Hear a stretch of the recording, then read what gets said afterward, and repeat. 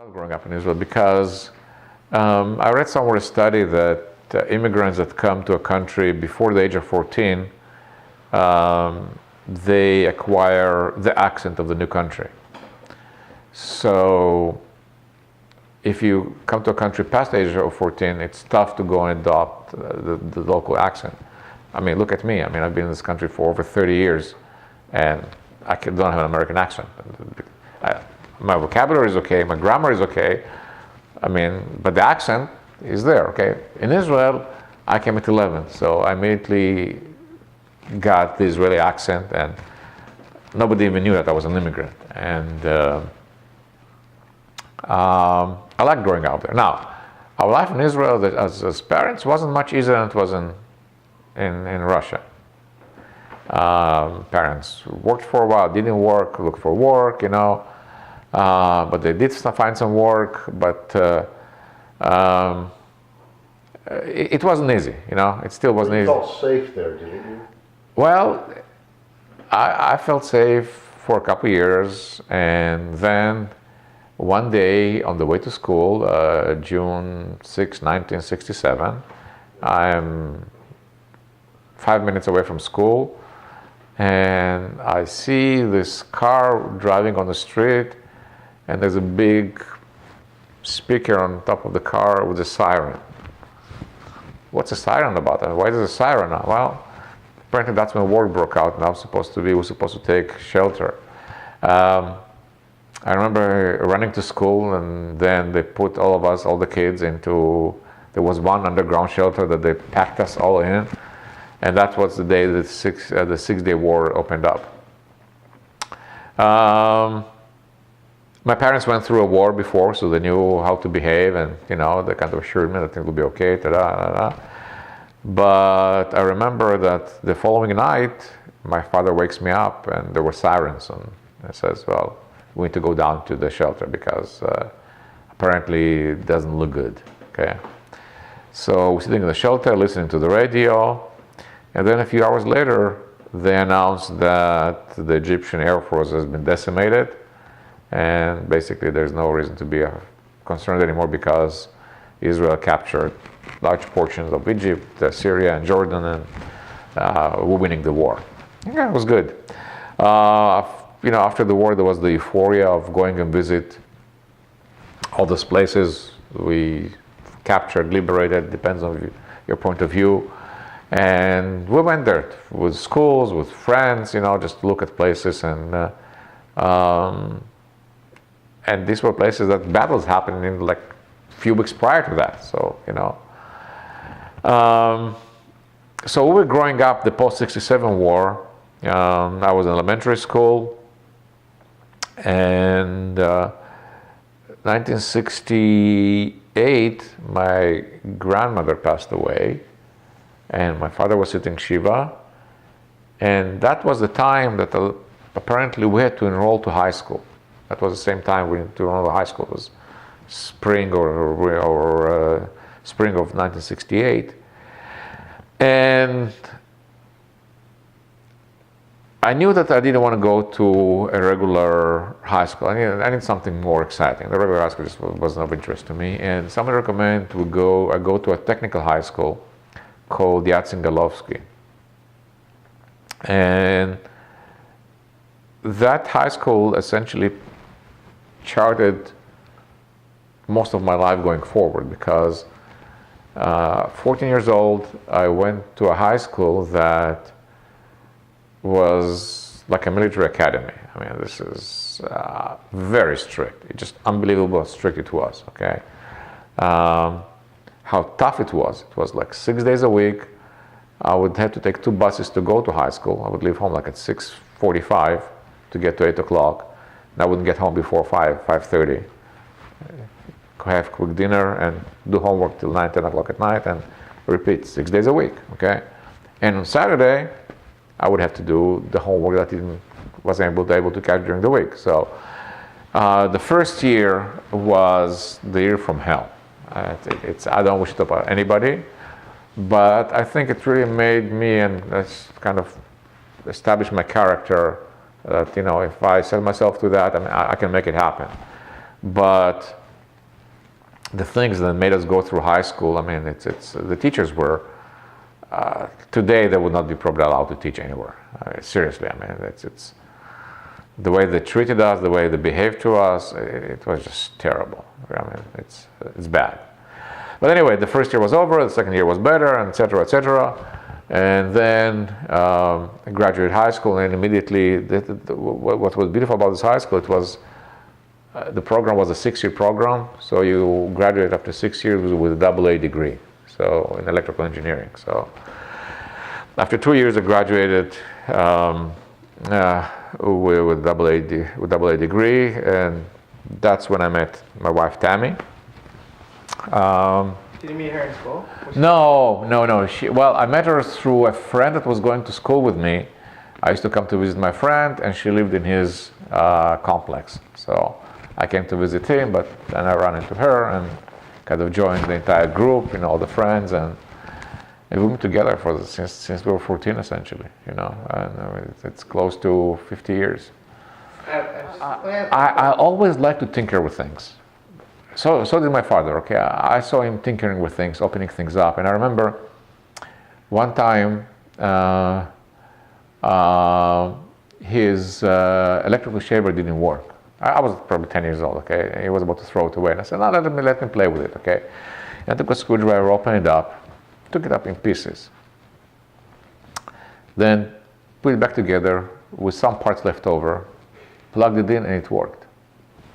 I have no idea what I did, okay? But I mean, I didn't do anything. I just took it apart, put it back together, left a couple of springs on the table. It worked. Didn't work well, but it worked, okay? It made some noise, okay? I always wanted to figure out how things are happening, okay? I mean, it's what's causing that? Where's it coming from, okay? I mean, I really take things apart and put them back together and make them better. I always like to tinker with things. Not anymore. I mean, I'm too lazy for that now, but I try to do everything once, at least once, like for example, doing things at home, like laying the floor tile. I'll do it once, did it twice actually, okay? Doing plumbing, I did it once. Doing some electrical work, did it once, okay? Just to understand how it works, and to know that I don't want to do it again. But I did it once, I know how it works, and I understand. The understanding of where things come is, to this day, it's important to me. Really, I mean, it's kind of got transitioned to everything's in life. I really have to understand where it's coming from, what's causing it. I don't just take things for granted because. What do you mean? Like for example, we've got all those propositions now coming. Okay, I want to know who's funding them, because that essentially determines who's driving it. Okay, I don't care what you want to do. Tell me who is funding it, okay? Once I know who is funding it, I know how to vote. I don't care about anything else, okay? Because that's where it all starts, with the money there. So, we're in 1972, 1973, another war in Israel, of course. And I missed that war as well, okay? Because I was in school. So they didn't draft me. And I was working on my project. I finished the project, and once I finished the project, they drafted me into the military, Israeli military. Because we were a tough high school and a very well-regarded high school, getting into that high school was difficult. Okay, and the kids who got there were smart kids.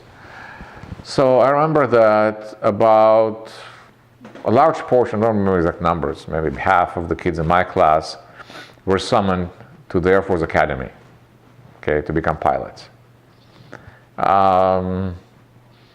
Essentially, anybody who was not wearing glasses in my class went to the Air Force Academy, okay? It's funny. A lot of dropped out, and I have to admit that probably from all of us, only one graduated as a pilot. I lasted for about a year. I remember on my last flight, like a couple flights before that, I realized I don't want to be a pilot. This is not for me. I don't want that. This is not what I want to do. So on the last test, I remember everybody was studying the map and the area we're supposed to do and everything, and I just went to the movies. I don't care. I mean, I'm going to flunk tomorrow, so I don't care. Just go see a movie. So I remember my last test.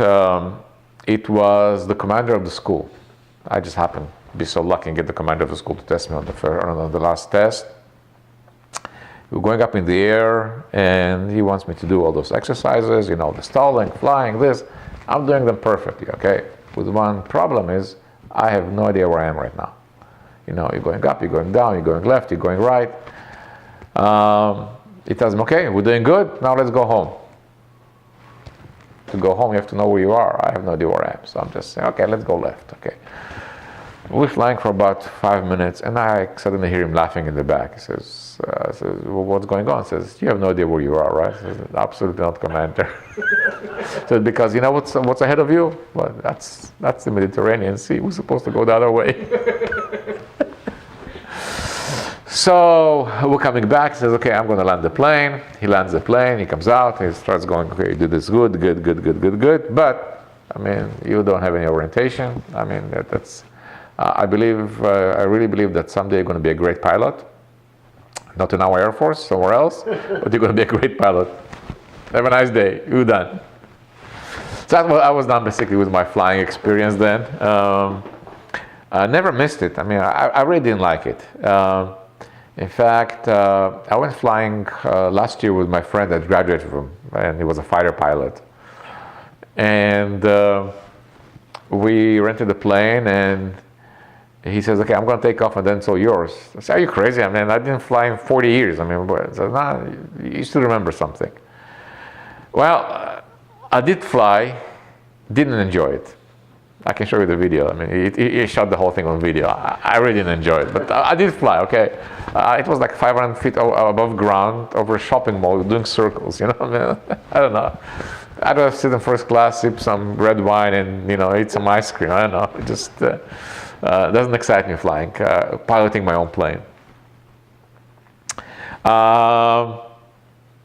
And then, you know, after the flight school, I went to work in some missile lab, doing some repairs, and a technician in the Air Force. And basically I was discharged, and went to work, got married, etc., etc. I met a friend in the Air Force. His name was Stockfish. Just a friend. He was a couple years younger than me. And he planted this bug about coming to America and finishing your engineering degree in 2 years. Because we had already 2 years of experience and 2 years of school before that. He says we can go to America, and in 2 years we can get the degree done. So I remember I went to the US Embassy and sat down with a huge catalog and started looking at which schools and how much does it cost, etc. And identified 3 schools that were kind of interesting and had the program that I was interested in. I submitted applications, and one school closed all the enrollment, the other one didn't accept me, and Cal State Long Beach wrote me a letter saying, congratulations, you're accepted.